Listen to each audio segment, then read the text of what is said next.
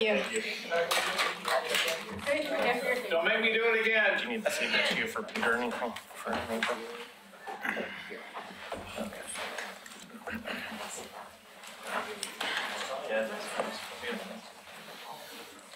You ready, Kate?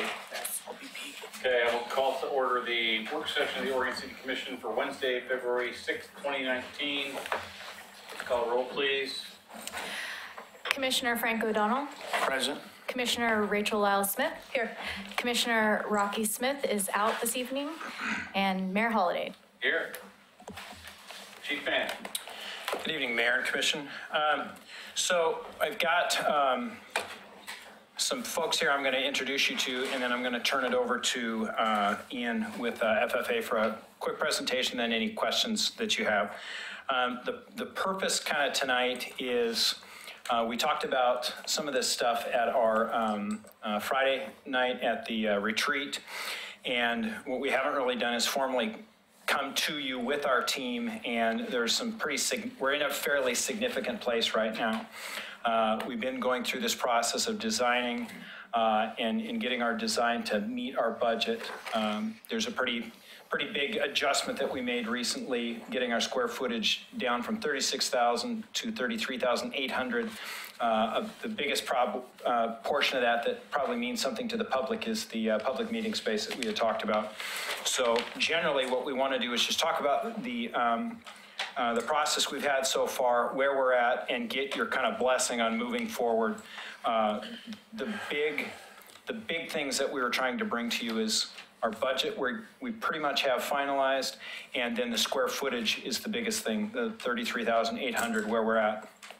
There's some, in the floor plan that you have, there's some changes that are still going on. There's some meetings taking place at the end of this week, especially dealing with the court and the commission chambers, and then some other changes going on with our, with some of the spaces on our side. One of the things that I kind of wanted to talk about just kind of briefly, when we put this whole team together, they spent a lot of time getting to know the city. I think you're going to hear some of that. One of the things that we had kind of charged them with in designing the project was, I think we talk about history a ton, and we're the Oregon City pioneers, and we wanted them to really balance our history and the importance of that, but also the idea of what a pioneer is. Pioneers came out here not because they were looking over their shoulder, but they were looking to the unknown. So we kind of wanted them to think about that as they were designing our project. I'm going to introduce a couple people, and then I'm going to let Ian introduce the team from FFA. Gerald Mulrooney and Jordan Henderson are with Plan B. They are our project management team. Gerald, kind of refer to him as the Irish Bulldog. And they both represent us really well at a lot of meetings that we're not at. It's been fun getting to understand Irish a little bit. We've been teaching him a little English in the process. Will Somm is here from PNC Construction, and then Jim McLaren in the not to miss green glasses, is from, came to us from Arizona, did not bring any warm weather, but he is our technical advisor and has worked on a lot of projects across North America, and I think even in other places. So everybody's here to answer any questions you have after the presentation, and I'll introduce Ian, wherever you're at. Yeah, who is the project lead for FFA. Take it away. So just to point out, Jim, Irish is English, Gaelic, maybe not so much. Gaelic. I'm not going to weigh into that. Commission, thank you for allowing us to be here today to give you an update on this project. My name is Ian Gelbrick. I'm with FFA Architecture and Interiors. I'm a partner there. I'm also the project lead for this great opportunity for the city. I'm joined here tonight with Troy Ainsworth, who is a principal in charge of the project, as well as John Pete, who is our project architect. We're here tonight just to give you an update on where we are and what we've been up to. To do that effectively, I know that this is a commission that likes to get to the point, but I want to set the stage a little bit about where we come from relative to project or public projects, what the market is looking like for us relative to construction costs. Just a quick overview of the things that we did prepping this project and learning about Oregon City, and then getting into the design itself. So without further ado, just talking about public buildings, I've been doing this for a little over 20 years. I usually wait at this point to see if anyone sort of contradicts that. I'd like to think I'm still young enough to be contradicted on that. There's a notion about public buildings that I have heard since I've started, is that most people are concerned that a public building not look like this. And the rationale in that is that this building, which is obviously in India, represents sort of the extreme end of opulence. It's actually a tomb for two people. And so that is not what we try to do with municipal dollars. It's also not necessarily appropriate to how we view public expenditures. At the same time, we shouldn't be doing this either. And a project like this doesn't necessarily represent the values of a community per se, or the history, or the stories, or frankly, any sense of durability and longevity. And so when we think about public buildings, we are really considering that these are multi-generational buildings. And what we mean by that is that if a generation is sort of shifting and changing every approximately 20 years, that the average life expectancy of a building should be within 70 to 100 years. And so the people who are making the decisions today now are setting the stage and the communication to generations that are 5 generations out. So that's a pretty weighty thing for the people making the decisions to consider, as well as the design team to consider. So within that, we have a firm belief that public buildings can tell a story, and that story is not here, but here. Can Yes. you go back like 3 slides Yes, to your timeline? yes. There, All right, go ahead. fair enough. So again, we're not telling this story, we're telling this story. We also believe that buildings sort of affect our mood and how we perceive things. A front door should not look like this. A front door should look like that. And so as we consider any civic building, it needs to be open and welcoming to the people who are going to use it. So we'll talk briefly about cost. This slide represents what is currently represents the escalation for 2018 in the construction market.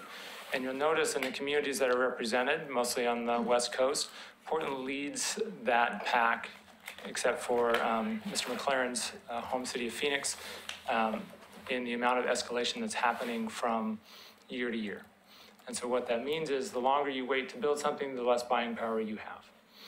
And what's driving most of that is labor and the shortage of labor in the construction market. In the 2008 recession, the vast majority of skilled labor left the market. Yep. I was one of those. And so in the mayor's departure, the vacuum that's created hasn't necessarily been fully filled, and the people who are coming up through the ranks don't necessarily have the skill. So there's a shortage of labor, and there's a certain lack of efficiency that happens. And that's affected in the numbers of construction projects. So projects that should have cost $300 a square foot a handful of years ago are now at $500, $550. So those are real things that are occurring. So what that means is when we're considering a project, you see this sort of project management triangle. What this really means is fast, good, or cheap, pick two. And what we are trying to look at is in all the options that we're considering, we're trying to maintain scope and quality within the project by looking at cost and time. And the interesting thing about the market as it is right now, because of the shortage of labor, cost does equal time, or vice versa.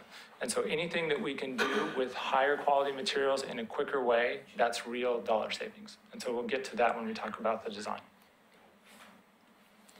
So what did we do to learn more about the Oregon City Police staff and court staff?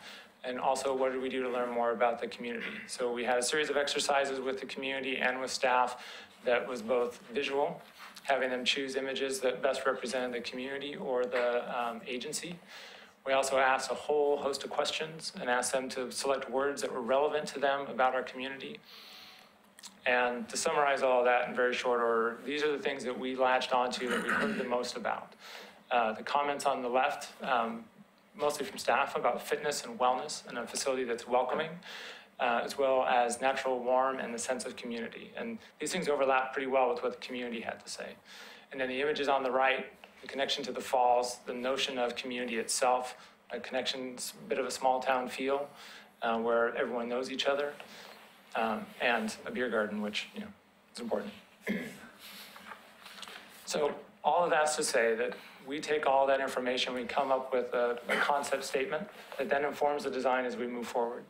And so this is a statement that we came up with, which is carving a place that fosters safety, wellness, and community. So that's a mouthful of words, but it's really that notion of carving something. And it's, when we consider the history, the geology, the recent past of Oregon City, there's a notion about that the people who came here took the opportunity to carve out opportunity, carve out a space to live and thrive. You can also take a notion about just the geology of itself and how the way that the Willamette River sort of carved its way through the lava flows that came out of the boring lava field and created the falls. So there's a lot there that can get translated into something relevant both to here and to within the architecture. So what that means architecturally is it's relatively simple. So you have a building that has mass and is very solid and has a texture, and that you carve away that very simple form to create spaces for people to connect with nature and light and fitness and wellness and those types of things. And so the loose sketch diagram up there is a very simple rectangular bar that's been cut up in a lot of ways to allow access to light and views, which particularly in public safety facilities is often really lacking due to security concerns and things like that. So all that being said, this is where we are to date. So the design in front of you for the site plan, which takes a second here, keeps pretty much everything intact for the site. We've sort of scaled back a little bit the plaza area, leaving sort of future growth there. We have sort of public parking to the south of the building and secure parking to the north of the building. We've worked really hard to keep the building to the north end of the site to protect the sort of big oak trees and things that are near the planning building. And we're working with, we've had our pre-application with planning staff and have heard comments from them that we're taking into account. Looking at the building itself, and I believe we've sat and sort of reviewed the previous floor plans with you in the past. We've done some tightening, as the chief has mentioned, and primarily most of that tightening has been the reduction of one of the courtyard spaces. But we've still positioned the remaining courtyards in such a way to emphasize where we're bringing people into the building, where the community is gathering, and where the agency staff is gathering for wellness. And so that diagram still holds, or that story still holds within the architecture itself. So the orange spaces that are represented in the diagram are primarily about gathering. The darker gray spaces are where there are sort of enclosed space that don't necessarily need as much daylight, and the lighter gray spaces are where there are, more open office areas. And so on the right-hand side, at least right to me, I guess it would be the right to you as well, is primarily where the court's administration functions are. That low orange bar is where the entry is. The larger orange bar right there in the middle is where council chamber and court will be. And then everything to the left of that is where the PD exists. The orange squares sort of in the middle of the block, those represent the gathering spaces for the police. And that includes everything that they need to sort of do their job on a regular basis and have the opportunity for cross collaboration between themselves. So wherever you put the coffee pot, that's where people are going to gather. And so their briefing room, their conference rooms, their break room are all clustered in the middle, so to encourage people to run into each other. And remember that in a much bigger facility now than what they are currently, that reinforcing that sense of camaraderie, it's all about where the coffee pot ends Let's up. not encourage them to run into each other. They do that enough on the street, but. Fair enough. I'll let the chief respond in order relative to that. It's kind of hard to point up there. Are there any questions relative to about the plan and the way that we've sort of shrunk and tightened things up?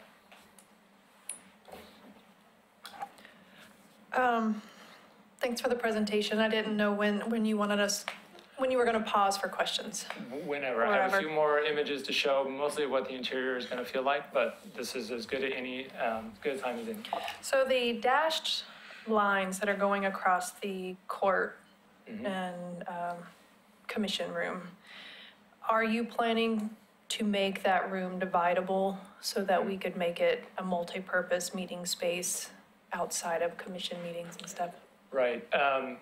We talked about that when it was when it was just a community meeting room. That's something we should circle back on and have a conversation about.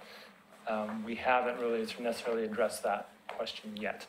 We'll want to think about, because the room is now functioning much more multi-purpose than it was before, we'll want to think about how we maintain the dais, sort of where it is and isn't necessarily accessible to the public in some ways, right?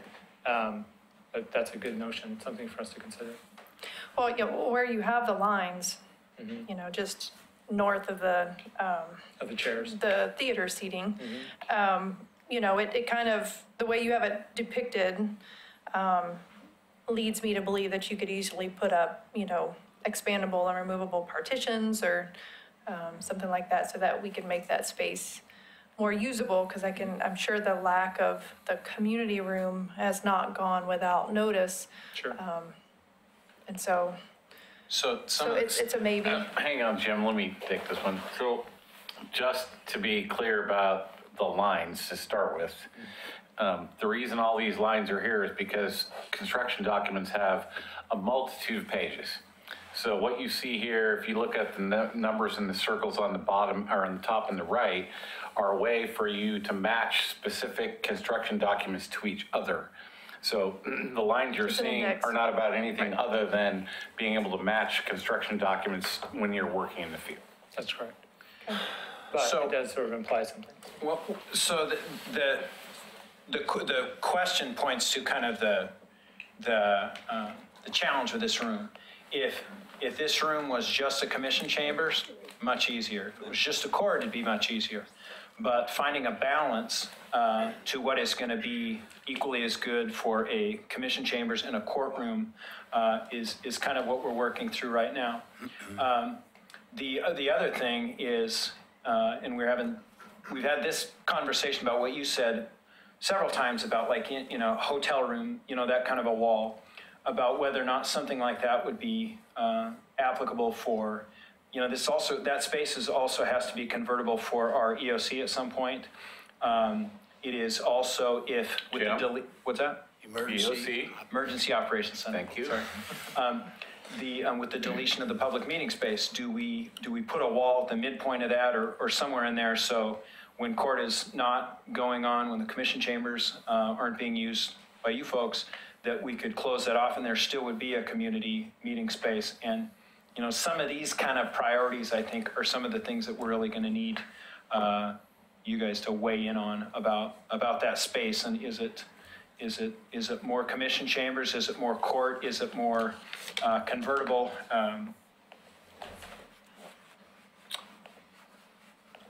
I suppose since we're looking at the floor plan, this is an appropriate time as any to comment. Chief Mann and I have had extensive conversations in the last 2 days about this. I felt that we were told that the people that laid this out are experts in police stations, and that's great.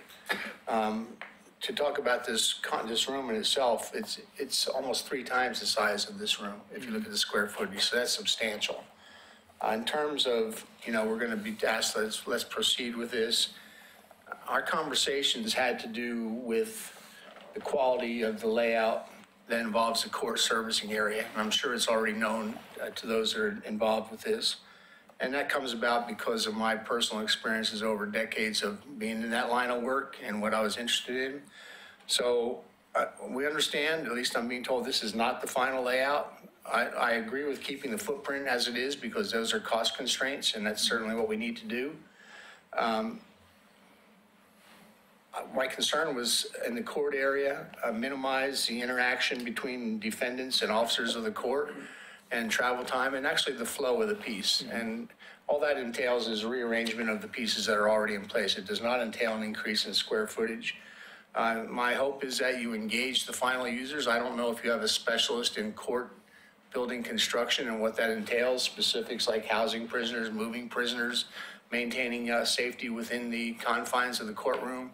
Those are huge. And I recognize that we're not a circuit court with the intensity of matters that are dealt with there, but things can run hot regardless of where you are. So the rearrangement would be satisfactory to me, and the chief gives me his word that that's what's going to happen. The emphasis on safety and security, engagement of the users. If we don't have someone that designs these things, it's a precept in the world of business that the person that knows the job best is the person closest to it. Please engage them, and if that means that the people that are currently in the court, the judge, whoever runs that, engage them for their thoughts, and then please try to implement them. I understand that when you get into a multi-use type facility, there's a trade-off. Usually if you have a single use, it does everything for the single use well. Multi-uses, there's always sacrifices, and it does things fairly well, but not like a single-use facility would be. I would encourage, I know Amy Wilhite sitting here tonight, she had thoughts about, well, we excluded the public meeting room. That was a sacrifice that we made, but I want everybody to view this as not a standalone building. It's one of many offerings being made by the city that will integrate along with First Street and existing buildings. And, meeting rooms we can talk about and provide. So other than that, those are my goals in this discussion tonight. I don't need to be the designer. I don't need to worry about the specifics of jury seating and travel, but safety should be paramount, and that includes the future, this room. And if it's not as pretty as it needs to be in the interest of safety, well, maybe we need to have that discussion. So those are my thoughts. I defer to Chief Band, who I respect mightily, and he's given me his word that we're already engaged with those officers of the court, and we'll get that input. And this section to the right will be redesigned to make it more effective and safer. Absolutely. Okay, that's what I wanted to hear. Thank you. We've had we actually had scheduled a meeting last week to meet with court staff, and it's going to take place this Friday. And then Mr. McLaren, who's our police expert, also has experience with courts and has been meeting with them actually over the past couple hours. So yes, absolutely on all fronts. It can be overwhelming for people in those capacities with whom you're meeting to deal with people in your capacities. So I would encourage you to encourage them to come forward with their suggestions. Thank you. So I have a couple of minor comments. Looking at the floor plan, I don't see a space for audiovisual control. There is. Where? It's right next to the bathroom. No, but that space needs to be adjacent to the commission chambers. I mean, we've got our control guy right here. It's up there, right next to the red circle. Do you see the red circle on there? No, because I don't have a red Oh. circle. Anybody have the old laser pen? Right where? It says AV on it, but you have to Yeah. have magnifiers to read it. Yeah. The point I continue to make is you need to have an actual visual aid. If Steve's back there and there's something going on, he needs to be able to see it visually, not through the cameras or whatever. Like a glass window. Yes, so that room needs to be adjacent to the main chamber.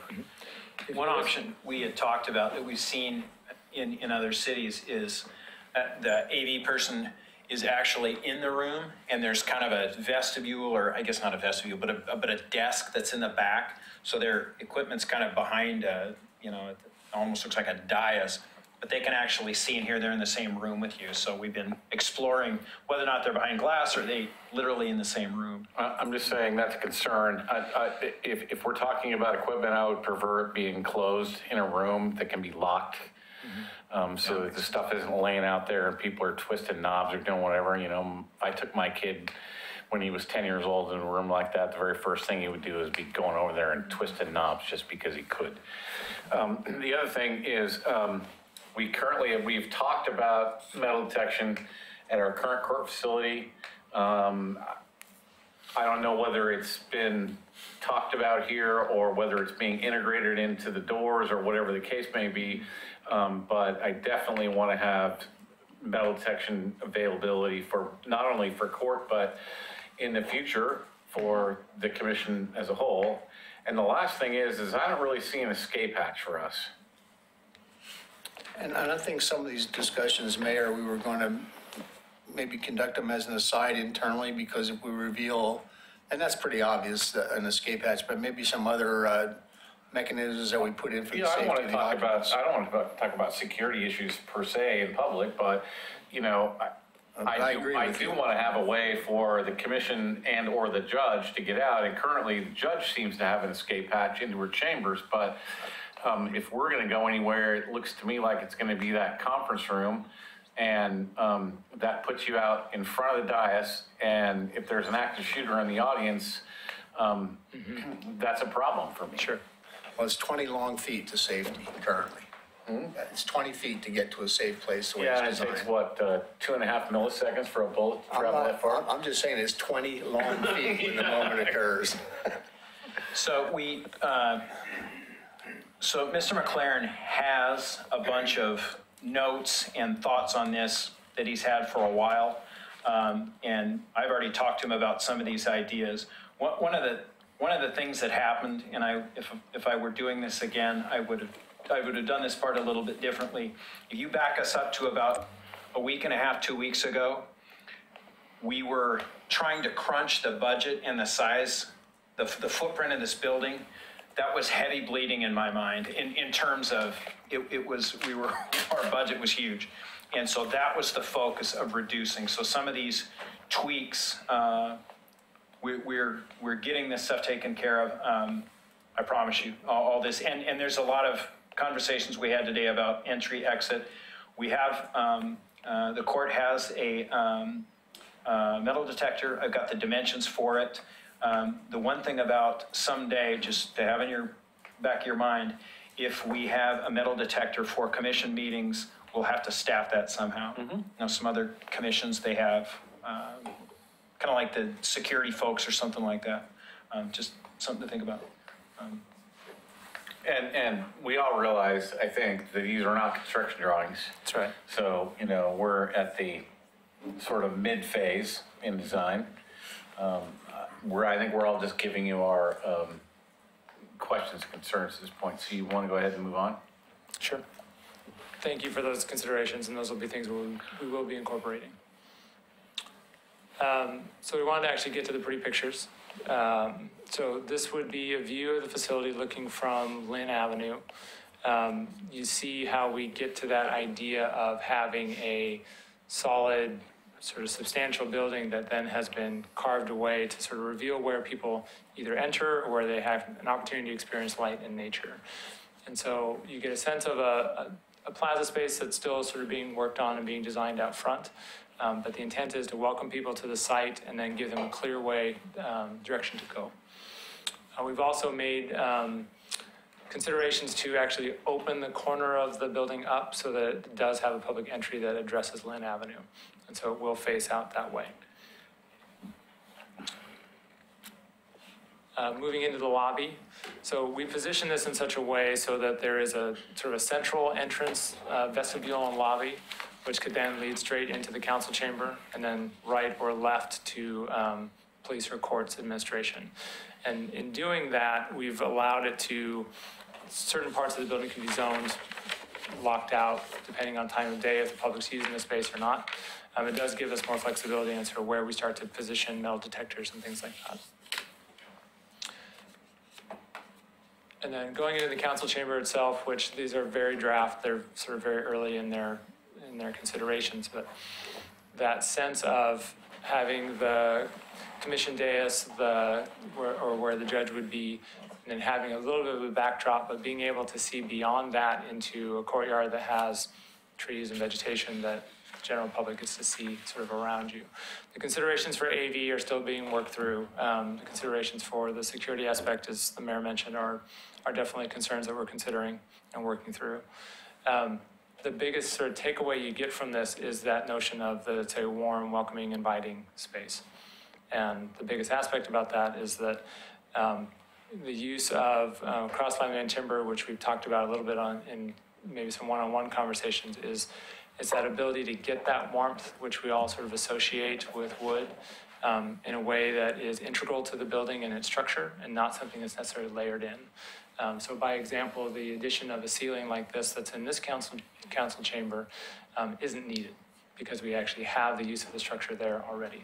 And so we're able to use what is essentially a more expensive product because the installation time is so much faster. And so we're looking at strategies like that to be able to get that warm, welcoming, inviting space. Because to this point, to this day, no one's asked me for a cold, unwelcoming space. Go ahead. A quick comment on this specific feature. It's one of the features that are up for review in terms of a trade-off between aesthetics and security. Sure. I'm specifically talking about that line of windows in the back. And I trust that's going to be addressed. Yeah, Thanks. absolutely. So are we anticipating that's going to be ballistic glass? Behind, that's being evaluated right now relative to our cost. Okay. And what about a way to shut that off if you didn't want to have that light in the background? So when we're considering, yes, there would be shading and things like that would allow you to black out the room if you wanted to, particularly for presentations and things like that. There's also the opportunity, and again, we're working through the AV considerations about what's going to be the best, right now you currently have projectors. How do we best sort of darken the room and mitigate light?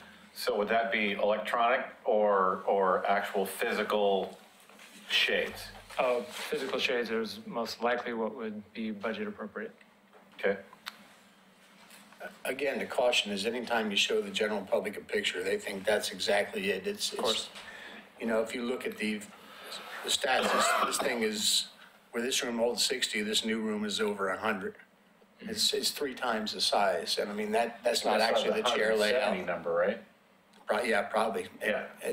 Those aren't the number of chairs. That's not the layout. It's just an artist rendition Yes. of something. So don't get caught up in, that's Sure. what I'm getting. Absolutely.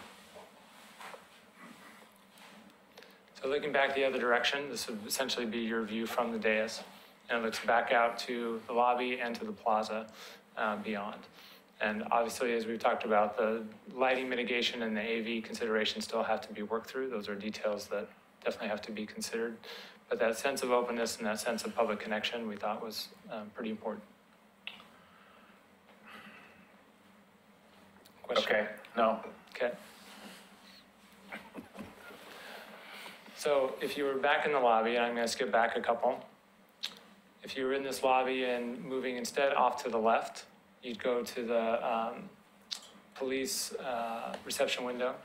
And this is basically on the other side of that police reception window. So it gives you a sense Okay, of... so now I'm going to stop you. Go back Okay. to the lobby. All right. So we're at the back of the commission chambers or the courtroom, right? Yes, yes. So while I get the whole, openness and light and all that stuff, Yep. there is a distraction level with having people walking around outside, even though they're behind glass, when we're sitting here having a meeting. I mean, Sure. It's difficult enough when there's people walking by with that configuration, but this configuration is pretty, is pretty wide open. I would want to have some method of eliminating that visual distraction. Sure. And I would think that in certain court cases, while, we do have a quote public court system, that there are going to be times that, not everybody should be able to see what's going on in the courtroom. Absolutely. And so we can sort of look at the same sort of privacy shading that we might do at the back of the room. We could also do the front of the room, which would give counsel or the judge control over those at the push of a button. Okay. Oops, wrong way. So again, this is sort of the open office areas behind the reception counter. So it gives you a sense of the spaces that will be available to staff. We're looking at the use of the cross-laminated timber and glue lams, both as the ceiling or the roof structure component as well as the wall component on the outside. A big rationale in doing this beyond the sort of aesthetic considerations and the saving some time is that we really want to avoid using steel in this particular marketplace because it has a tendency to be very erratic and can climb without any sort of control on our end. So we have moved from the pre-function room outside the court to the public lobby to the left? Is that where we've moved to? Yes. So you're actually on the other side of the reception window, if I click back here. So if That's you- the pre-function room that you Right. described? Yep, so if you go all the way to the left, there's a window off in the distance. Public reception? Yep. Okay, got So it, behind that then is this is looking back towards that same window. got it. So the plan will sort of help you orient a little bit. So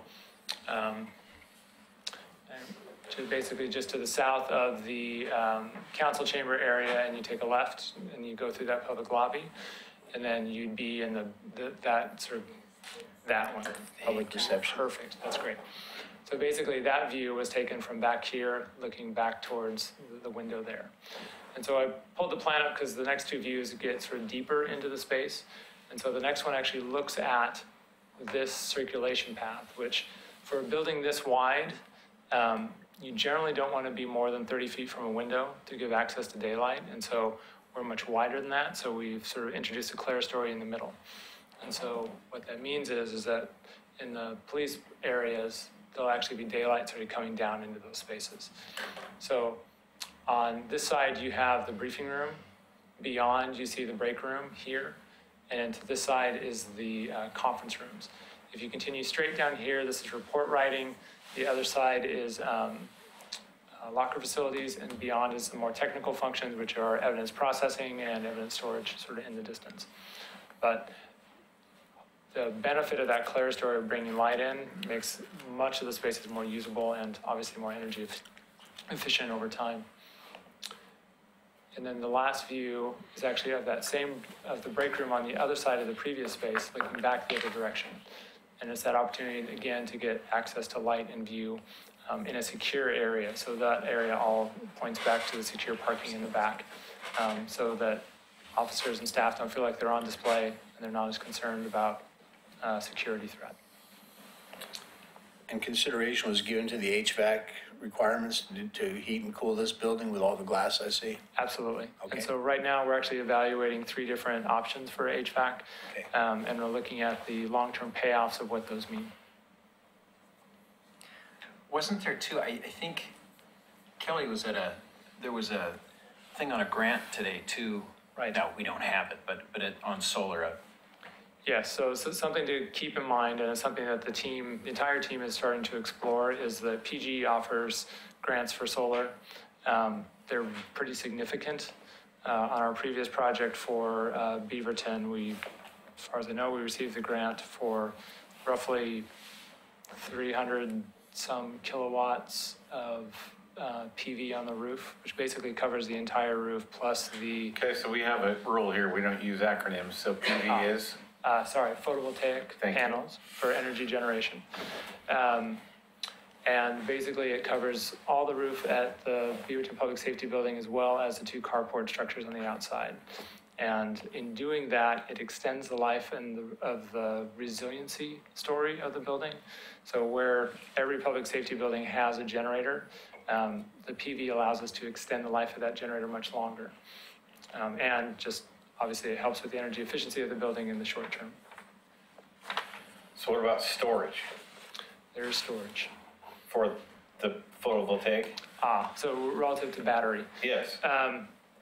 that's a separate grant that you have to explore.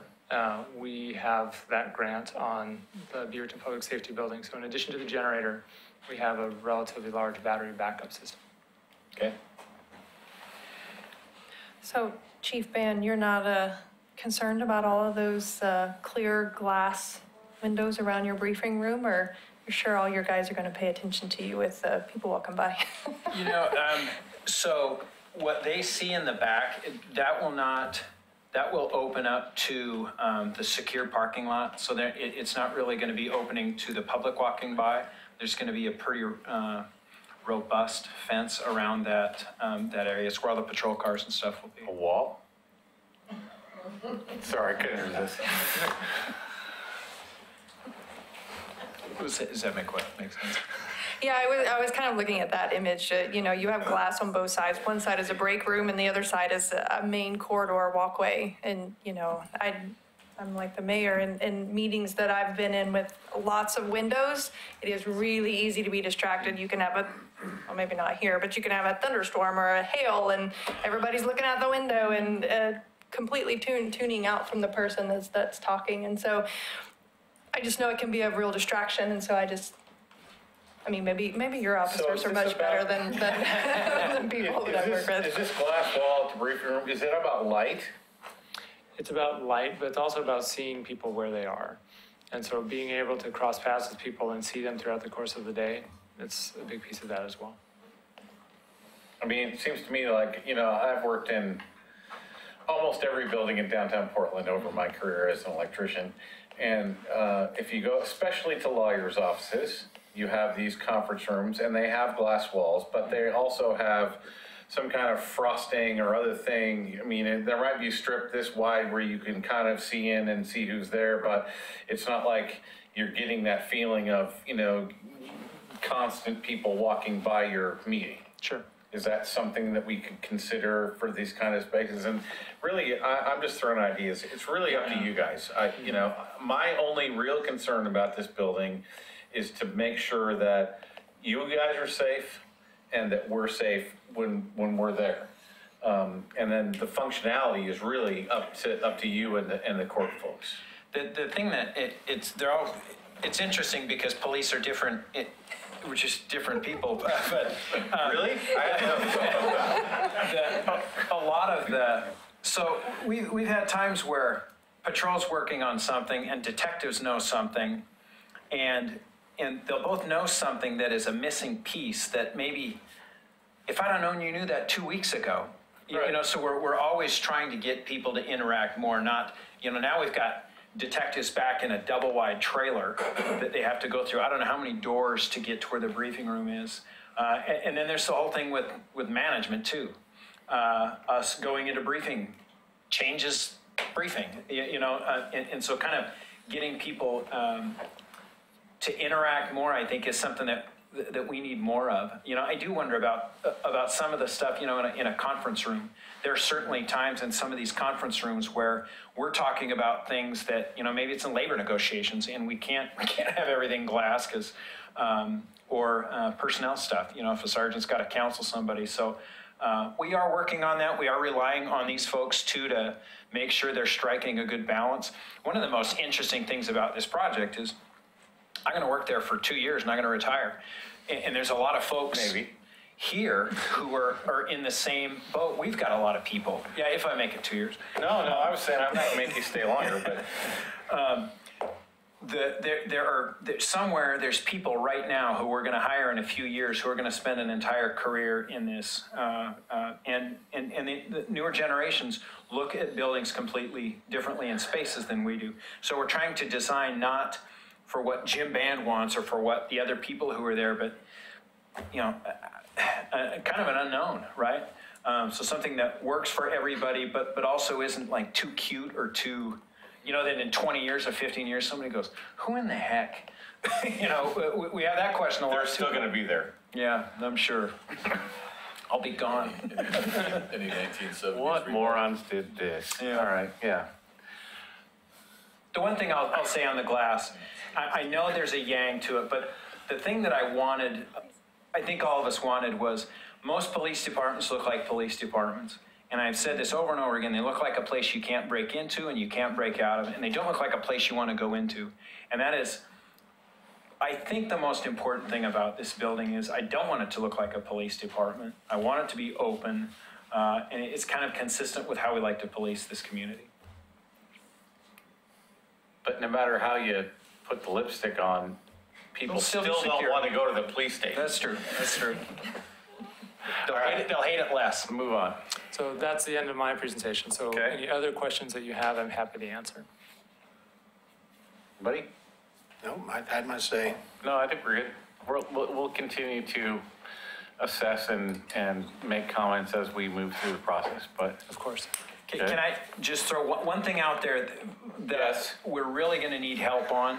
And so the public that's going to listen to this or hear about this or anything that people are asking you about the building, the history of the school is a piece that we're still working through, and finding the right way to really respect that Mount Pleasant school. We're planning on calling the courtyard, or whether it's whatever we call it, but the Mount Pleasant courtyard, and any creative ideas that people have about how we can tell that story and incorporate that kind of into our project. That's something we really need information on. If you go to OregonCityPolice.com, we've got a website where we're updating things about this project, and there's a survey that you can fill out on one of those pages about these types of ideas. We'd really appreciate people doing that. Maybe we could find a couple of brick masons in Oregon City that would be willing to donate their time. We could take some of the brick from the facade and build a big barbecue out there in that courtyard. Just saying.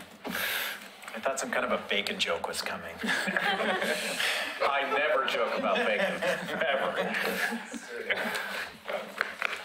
All right, anything else? All right, so I have a confidential informant who shall remain nameless for his own safety, but it's come to my attention that it's Captain Claire's birthday. We want to